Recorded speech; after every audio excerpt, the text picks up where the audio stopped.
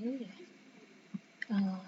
Kita lanjut ya, ini sudah terbuka untuk aplikasi SPSS-nya. Jadi pertama kita akan mencoba untuk melihat simple t-test ya, atau untuk membandingkannya satu subjek satu perlakuan ya. Jadi kita lihat dulu di variable view, kita tulis dulu di sini kadar asam urat tanpa spasi ya. Nah, kemudian pindah ke data view. Di sini kalian isi aja kadarnya 5, 6, 4,5, 7, 4,1, 7, 6,5, 5,2, 4,8, 9,2. Ya, ada 10 data ya.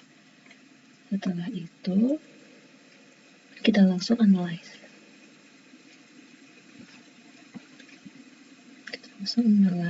Kalian pilih komponen, kita yang one sample t-test.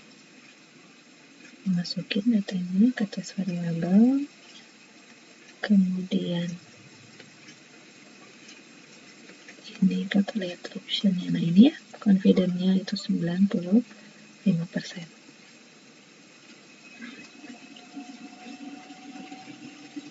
Nah ini kita akan data seperti ini ya. Jadi N-nya 10 ya, min rata-ratanya itu 5,9 dan standar deviasi 1,5. Ya ini hasilnya bisa kalian rata-rata dan standar deviasi kan bisa digunakan juga di ini ya, di Excel ya. Tapi untuk mengecek kembali gitu apakah perhitungan sudah benar, ini ada juga. Nah nih untuk sampelnya kita lihat apa ya, ini tadi ada kasar urat, asam uratnya. Yang kita lihat adalah ini, signifikan to tail. Nah, dia hasilnya adalah 0,000. Ya, kalau 0,000 artinya P-nya apa? P-nya kurang dari 0,05. Berarti kalau P-nya kurang dari 0,05 artinya ada perbedaan gitu ya. Jadi di sini ya, apakah ada perbedaan kadar asam urat pada penduduk desa A? Berarti jawabannya adalah ada perbedaannya. Gitu, ada perbedaan antar tiap penduduk ini, ada perbedaan kadar asam urat. Nah, itu ya untuk contoh yang simple t-test. Kita lanjut ke yang paired ya. Oke, kita file. Kemudian kita new aja langsung. New data ya. Ini di close dulu, new save. Nah, kita lihat di sini. Kita lihat dulu di sini, ini adalah subjeknya. Variabel bebasnya adalah tekanan darah. Variabel terikatnya adalah sistol sebelum, sistol setelah, diastol sebelum, dan diastol setelah. Itu adalah variabel terikatnya. Kita isi dulu di variabel view, itu adalah yang terikatnya dulu. Ini misalkan sistol sebelum, kemudian sistol sesudah, diastol sebelum, diastol sesudah. Nah, ini di variabel view, kita pindah ke data view. Nah, ini kan jadi ada ya, sistol sebelum, sistol sesudah, diastol sebelum, diastol sesudah, ini isi aja. 90, 75, 85, 190, 190, 75, 110, 20, 140, 135, 150, 20, 20. Yang di sini 110, 100, 110, 105, 95, 110, 115, diastol 80, 75, 75, dan 90. Nah, sudah selesai diisi semua. Kita klik analyze, kita compare lagi. Tadi kan one sample t-test, sekarang adalah paired sample t-test. Nah, yang pairnya apa? Sistol sebelum dengan sistol sesudah, ya. Kemudian di bawahnya diastol sebelum dengan diastol sesudah. Ingat kalau t-test itu hanya bisa membandingkan dua variabel saja. Kita lihat di option yang ini udah 95%. Oke. Nah, ini ada data rata-rata, ya, data N-nya berapa sama standar deviasi. Kemudian di bawah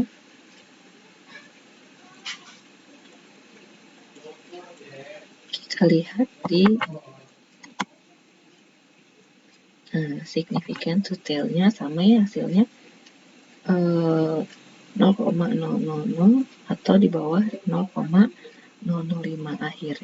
Artinya antara sebelum dan sesudah itu ada perbedaan bermakna, baik sistol maupun diastol, karena dia P-nya kurang dari 0,005 ya.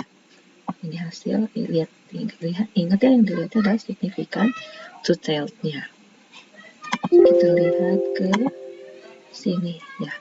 Jadi jawabannya apakah jamu bermanfaat? Jawabannya adalah ya, jamu bermanfaat atau jamu dapat menurunkan tekanan darah, sistol dan diastol secara bermakna, atau P kurang dari 0,05 gitu ya. Selanjutnya kita lihat yang ini, independent t-test. Nah, ini untuk independent t-test agak berbeda cara pengisiannya karena tadi kan satu subjek, satu perlakuan saja ya. Kalau sekarang ada dalam satu perlakuan ada beberapa subjek gitu ya. Nah, sekarang untuk independent t-test ya. Jadi kita ke variabel view-nya dulu. Variabel bebasnya apa tadi? Kadar glukosa ya. Kadar glukosa darah. Nah, untuk kadar glukosa darah kita isi dulu semua ini ya. Dari tikus 1 sampai tikus 20.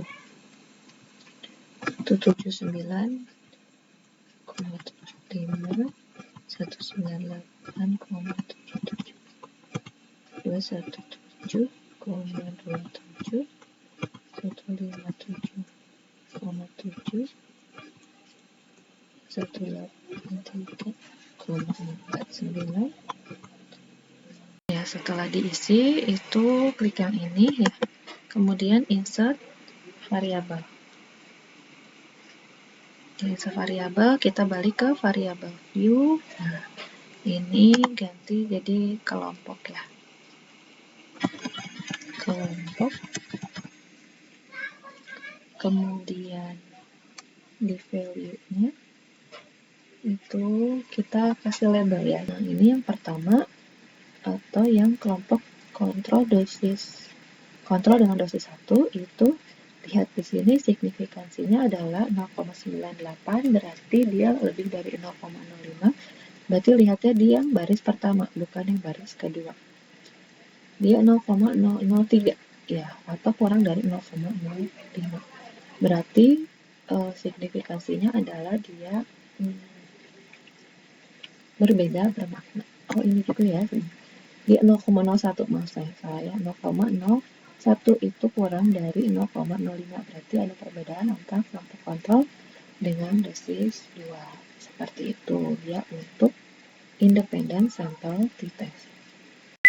Sekarang kita lanjut ke ANOVA ya. Jadi ANOVA kan tadi datanya sama ya, kayak ini ya, ada kelompoknya, ada kadar glukosa darah. Kita analyze, berarti ini kelompok antara kelompok kontrol dengan kelompok dosis 1, kelompok kontrol dengan kelompok dosis 2 itu ada perbedaan yang bermakna. Untuk ANOVA-nya juga sama ya, nilainya kita cuman beda cara menganalisinya. Ini sama analyze, compare mean, tapi ininya one way ANOVA ya. One way ANOVA kita lihat faktornya itu kelompok ya, dependent list-nya adalah kadar glukosa darah. Kemudian cek di option itu deskriptif. Nah, nanti deskriptif ini nanti akan memperlihatkan tadi N-nya berapa, min-nya berapa atau rata-ratanya, dan simpangan bakternya berapa. Kemudian kita pakai juga analisis post hoc. Ini anggapnya equal, kita lihat LSD-nya. Post hoc ini adalah untuk ANOVA yang dilanjutkan ke uji t-test ya. Kalau ANOVA saja, itu kan hanya melihat adakah perbedaan antar semua kelompok. Tapi dengan adanya post hoc, itu nanti akan sama post hoc ini akan dibandingkan antar tiap kelompoknya. Seperti tadi kita lakukan di t-test. Kita lihat nanti di hasilnya ya.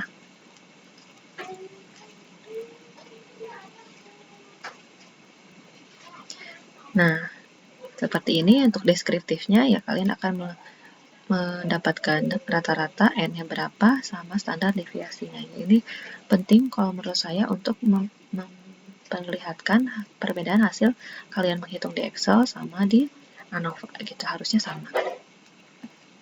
Nah, kalau kalian hanya uji ANOVA saja tanpa post hoc t-test, itu hanya akan mendapatkan ini ya, melihatkan signifikansi. Signifikansi adalah 0,001, artinya ada perbedaan di antar kelompok gitu ya. Jadi kalau ANOVA saja hanya memperlihatkan antar kelompok kontrol dosis 1, 2, dan 3 itu ada perbedaan yang bermakna, tapi kita tidak tahu perbedaannya itu di sebelah mana. Makanya dilanjutkan dengan post hoc test atau multiple comparison. Nah, ini bisa kelihatan ya. Signifikansi kontrol dengan dosis 1 itu signifikansinya adalah 0,000. Ya beda sedikit, beda sih ya sama yang tadi independent t-test, tapi biasanya penarikan kesimpulannya sama, bahwa ada perbedaan yang bermakna. Kontrol dengan dosis 2 juga dia signifikasinya adalah 0,007 ya, kurang dari 0,05, ada perbedaan yang bermakna ya. Secara kesimpulan sama ya, hasilnya sama dengan tadi uji t-test gitu ya. Jadi kalau ini langsung di multiple comparison itu dapat signifikansinya semua gitu ya, tanpa harus mengklik lagi, analyze lagi gitu. Jadi kalau saran saya, kalau memang pengujiannya itu seperti ini ya, itu gunakan saja analisis ANOVA dengan post hoc t-test seperti itu. Mudah-mudahan kalian bisa cukup mengerti ya untuk mengerjakan nanti untuk TA yang memerlukan data, analisis data statistiknya. Ya, wassalamualaikum warahmatullahi wabarakatuh.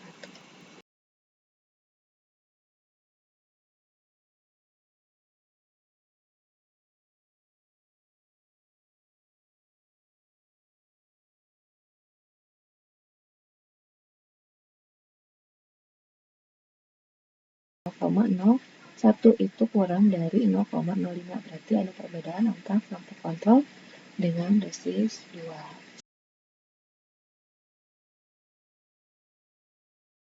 Sekarang kita lanjut ke ANOVA ya. Jadi ANOVA kan tadi datanya sama ya, kayak ini ya, ada kelompoknya, ada kadar glukosa darah. Kita analyze, berarti ini kelompok antara kelompok kontrol dengan kelompok dosis 1, kelompok kontrol dengan kelompok dosis 2 itu ada perbedaan yang bermakna. Untuk ANOVA-nya juga sama ya, nilainya kita cuman beda cara menganalisinya.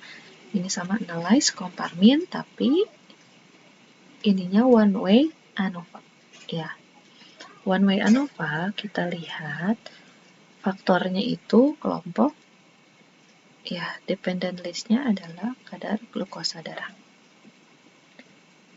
Kemudian cek di option itu deskriptif. Nah, nanti deskriptif ini nanti akan memperlihatkan tadi N-nya berapa, min-nya berapa, atau rata-ratanya, dan simpangan dapurnya berapa. Kemudian kita pakai juga analisis post hoc. Ini anggapnya equal, kita lihat LSD-nya. Post hoc ini adalah untuk ANOVA yang dilanjutkan ke uji test ya. Kalau ANOVA saja, itu kan hanya melihat adakah perbedaan antar semua kelompok. Tapi dengan adanya post hoc, itu nanti akan sama post hoc ini akan dibandingkan antar tiap kelompoknya. Seperti tadi kita lakukan di t-test. Kita lihat nanti di hasilnya ya.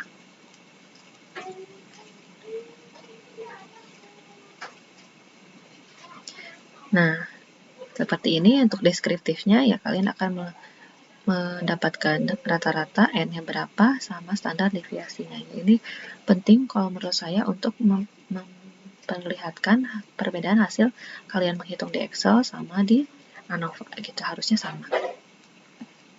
Nah, kalau kalian hanya uji ANOVA saja tanpa post hoc test, itu hanya akan mendapatkan ini ya, melihatkan signifikansi. Signifikansi adalah 0,001, artinya ada perbedaan di antar kelompok gitu ya. Jadi kalau ANOVA saja hanya memperlihatkan antar kelompok kontrol dosis 1, 2, dan 3 itu ada perbedaan yang bermakna, tapi kita tidak tahu perbedaannya itu di sebelah mana. Makanya dilanjutkan dengan post hoc test atau multiple comparison. Nah, ini bisa kelihatan ya. Signifikansi kontrol dengan dosis 1 itu signifikansinya adalah 0,000. Ya, beda sih ya sama yang tadi independent test, tapi biasanya penarikan kesimpulannya sama, bahwa ada perbedaan yang bermakna. Kontrol dengan dosis 2 juga dia signifikasinya adalah 0,007 ya, kurang dari 0,05, ada perbedaan yang bermakna ya. Secara kesimpulan sama ya, hasilnya sama dengan tadi uji di tes gitu ya. Jadi kalau ini langsung di multiple comparison itu dapat signifikansinya semua gitu ya, tanpa harus mengklik lagi, analyze lagi gitu. Jadi kalau saran saya, kalau memang pengujiannya itu seperti ini ya, itu gunakan saja analisis ANOVA dengan post hoc di tes seperti itu. Mudah-mudahan kalian bisa cukup mengerti ya untuk mengerjakan nanti untuk TA yang memerlukan data, analisis data statistiknya. Ya, wassalamualaikum warahmatullahi wabarakatuh.